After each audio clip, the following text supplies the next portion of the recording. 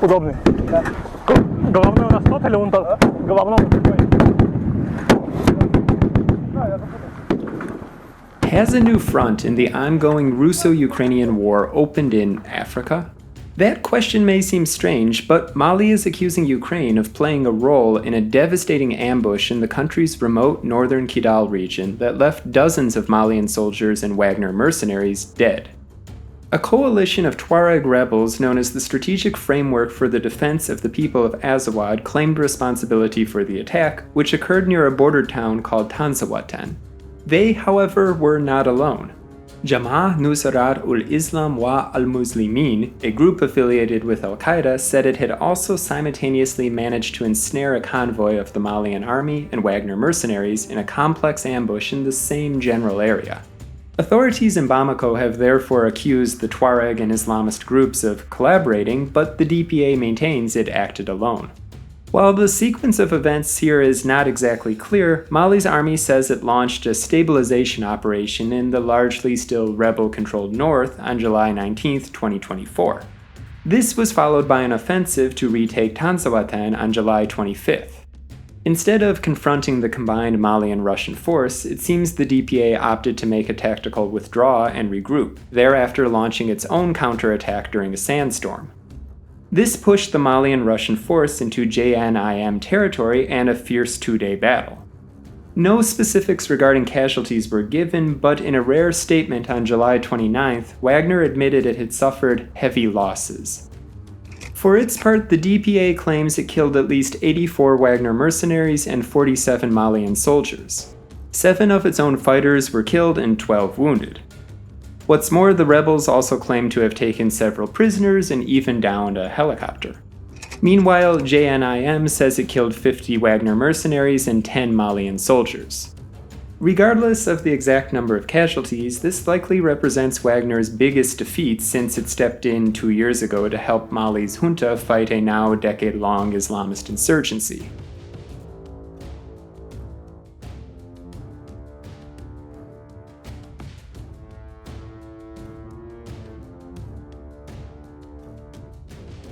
Okay, so where does Ukraine fit into all this? Well, shortly after the ambush near Tinzaouaten, Andriy Yusov, a spokesman for Ukraine's military intelligence agency, made a statement on public television saying the rebels in Mali had received the necessary information to conduct the attack.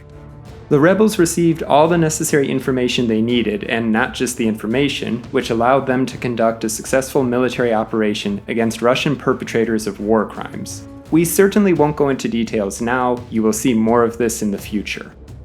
Colonel Abdoulaye Maïga, Mali's government spokesman, quickly responded saying Ukraine's actions go beyond the scope of foreign interference, which is already condemnable in itself, and constitute a clear aggression against Mali and support for international terrorism.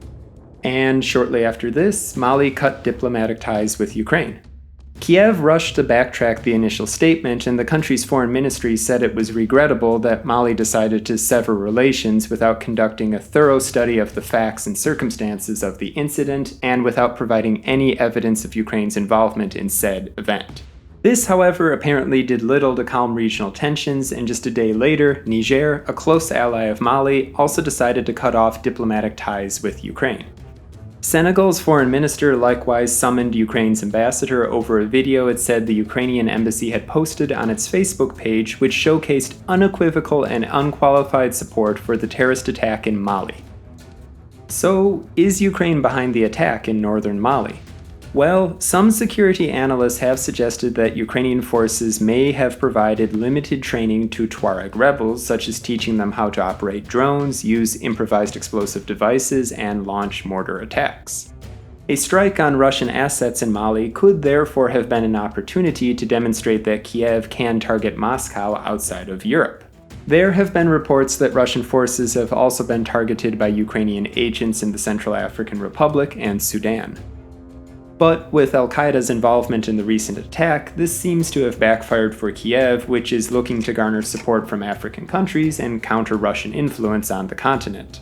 In keeping with this, Dmytro Kuleba, Ukraine's foreign minister, embarked on his 4th tour of Africa earlier this year, making stops in Malawi, Zambia, and Mauritius, even as Mali and Niger cut ties. While the conflict in Mali is not exactly new, Tuareg rebels and Islamist groups have been waging an insurgency since 2012, Russia's growing footprint in Africa is, relatively speaking. Moscow is emerging as the security partner of choice for a number of African countries, displacing traditional allies like France and the United States.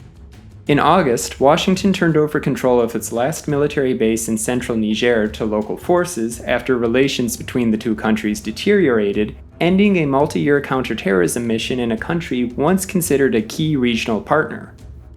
And even before this happened, Russian troops moved into portions of the then still occupied US base. The last French troops left Mali back in 2022 following an unsuccessful conclusion to a 9-year counterterrorism operation in the country and broader Sahel region. Paris then withdrew from Niger in 2023 and more recently announced plans to reduce its military presence in West and Central Africa to around 600 troops. For its part, Russia has presented itself as offering security assistance without interfering in politics, making it an appealing partner in places like Mali, Niger, and Burkina Faso, all ruled by military juntas that seized power in recent years. In return, Moscow often seeks access to minerals and other contracts.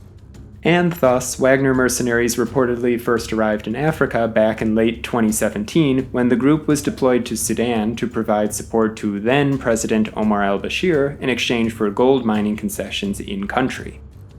Wagner's presence, however, soon expanded to other African countries. In 2018, Russian contractors showed up to back powerful commander Khalifa Haftar in eastern Libya. While in the Central African Republic, they have been providing security and, in return, have gained access to some of the country's gold and diamond mines. Russian forces first deployed to Mali back in 2021, shortly after a coup that same year, and despite their defeat south of Tinzaouaten, it seems unlikely Bamako will rethink military cooperation with Moscow as it seeks to wrest back control of the rebel-controlled north. Russian influence, however, isn't limited to just what some have labeled the coup belt. Further south, thousands of mostly young Nigerians recently poured into the streets to protest against the country's worst cost of living crisis in a generation. Many blame their current economic woes on bad governance that has stifled the country's development despite Nigeria being Africa's biggest oil producer. In several northern states, more than a few protesters were seen waving Russian flags. Nigeria's military chief, Christopher Musa, said that such acts constitute treason, which is punishable by death in the country and is defined by Nigerian laws as any act that, among other things, instigates any foreigner to invade Nigeria with an armed force. Russia has denied any involvement in the use of its flags in the protests, but there is no denying Moscow's growing influence on the continent. There is also no denying Mali and other parts of the Sahel region are becoming less stable in wake of the attack near Tinzaouaten. Just a few weeks ago, JNIM launched an attack on Bamako itself, and while this ultimately proved unsuccessful, it still marks the first major attack on the Malian capital since 2015, when Islamists targeted foreigners in a nightclub and hotel. So I guess only time will tell if Africa, generally speaking, becomes a more active proxy theater in the still ongoing Russo-Ukrainian War. As always, I would like to give a huge thank you to all of our supporters on Patreon, and if you'd like to help support the channel too, there's a link in the description down below.